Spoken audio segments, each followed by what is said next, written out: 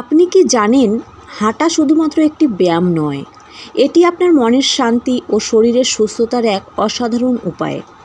খাওয়ার পর হাঁটুন, বিরক্ত হলে হাঁটুন, চাপ অনুভব করলে হাঁটুন। সকাল হোক কিংবা রাত, হাঁটা হবে আপনার নতুন অভ্যাস।